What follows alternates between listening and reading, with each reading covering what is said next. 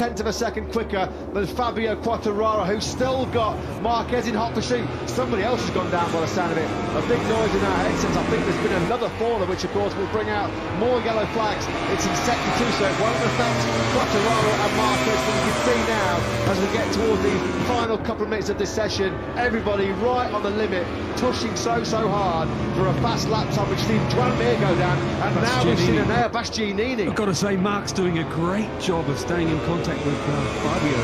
It's going to lift him up This is not fast enough over Quartararo to take back pole position here from Pecco Bagnaia, who found that stunning 1:36, 1:70. So Bastianini is our latest faller. Some big names crashing out late on here in this session. Marquez has rolled out of it. He's given up the chase of Fabio Quartararo, so it looks like Marquez will be at best in 4th place. Good to see an air Bastianini on his feet. Of course, he had a big bruising crash in Q1 in Portimao last weekend. That dropped him to 18th place on the grid. And at the moment, the best he's going to be aiming for is 10th now. Matt, in the position Marquez is in, I think that's an excellent job, you know. He's obviously not feeling comfy on the bike. Let's see what happens to turn 1. Yeah, so up the so hill. It's got to be front on the as you tip in. Gosh, on the what went first? We can't quite see the front. So, like, normally it's front goes, then rear comes around. So maybe we can see it from another angle. You can see on the way in, there was 3 or 4 big bunny humps on the rear tyre, wasn't there? Yeah, which puts a heap of weight on the front, though. The front's doing all the work. Taka Nakagami, how hard is he pushing the front end and rear end of that Idemitsu LCR Honda through turns 7 and 8?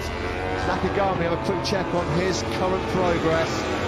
No, he's not going to be threatening the front row, or possibly maybe not Miller off that front row. Espargaro in 5th place, but with a 1:36, 1:70.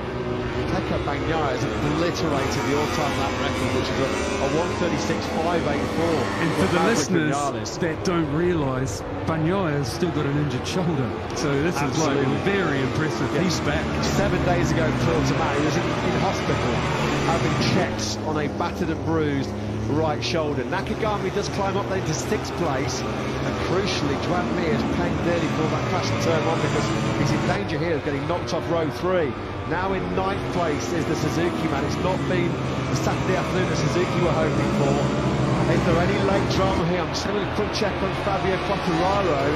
It looks like his golden qualifying run here in Jerez is going to be over.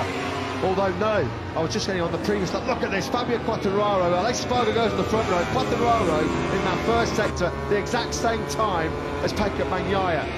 Although he's lost time in the second sector, so it does look like the golden qualifying run for Fabio Quartararo here in Spain is coming to an abrupt end. The consolation prize will be a front row. Let's not discount him yet, because if anybody can find, oh, that was close.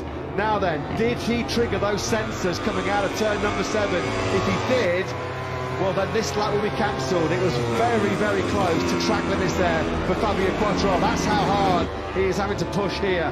Marc Marquez will be at best in 5th place. Fabio Quartararo is not keeping his 100% pole record going here in Jerez, because Pecco Bagnaia with a sensational lap of 1:36, 1:70, just 7 days after he was lying in hospital getting treatment on a badly damaged right shoulder. He came from the back of the grid to 8th in Portimao. Look at Zarco's effort as well.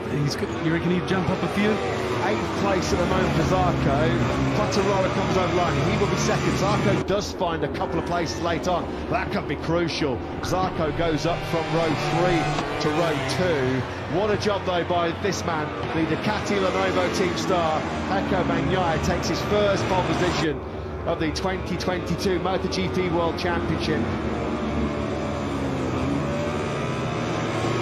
Marquez here in a bit of a French sandwich, isn't he? A French baguette, I guess you could say, with Quartararo ahead of him and Zarco directly behind him. I wonder if Fabio's going to let them follow, you know, because Fabio can do it on his own. He doesn't need them, you know, and he's already up there. He doesn't need to follow and let them tow him, you know. I'm really curious if he'll just get his head down, do the lap, or bail out and let those guys go away. They have to do the lap. Still not seeing too much of Maverick Vinales, not really at this stage capitalising on a rare visit into Q2 right now, is he? The Spanish rider, he's down in 12th place at the moment. Taka Nakagami, who's been been a podium contender over a couple of his last visits here to Jerez as well. We'll be expecting a little bit more than 10th spot, but still time on their side. We look at a trio of Ducatis fly towards turn one. They're led by Bagnaia, who at the moment still in second place. Bezzecchi directly behind him. Then it's Jack Miller.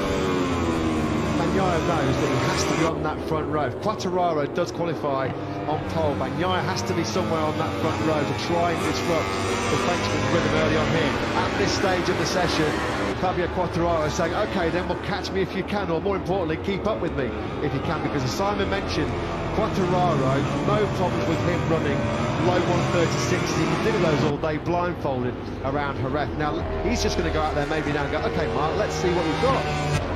Yeah, I really don't know, because if he just goes, I think he knows he's helping Mark, and but it's whether or not he cares, you know. Look at Bagnaia, yeah, he can just reel off those impressive laps as well. Yeah, and potentially on course for another pole lap here. Bagnaia is about 3/4 away through that third sector and looking really, really strong. Will this lift Juaranya potentially up one rows, heading the third row as it stands right now? He'd love to be inside that top six. Unfortunately, that's not where he is at the moment, just 300 down on Johan Zarco. Estimated P1 then for the battle. Yellow flags in sector one. I was going to say that must be Mia. Mia just come over the line, so it had to be Joan Mir. He had the big scare in FP4, didn't he, into turn 13. This time around, he has another moment, and he's not able to save it into the first corner. This will be a legal lap, though, for Pekka Bagnaia. The yellow flags are in sector one, and it's a pole lap as it stands. A 1:36.170. What a lap time that is by Pekka Bagnaia. That's nearly 7/10 of a second quicker than Fabio Quartararo, who's still got Marquez in hot pursuit. Somebody else has gone down by the sound of it. A big noise in our headsets. I think there's been another faller, which of course will bring out more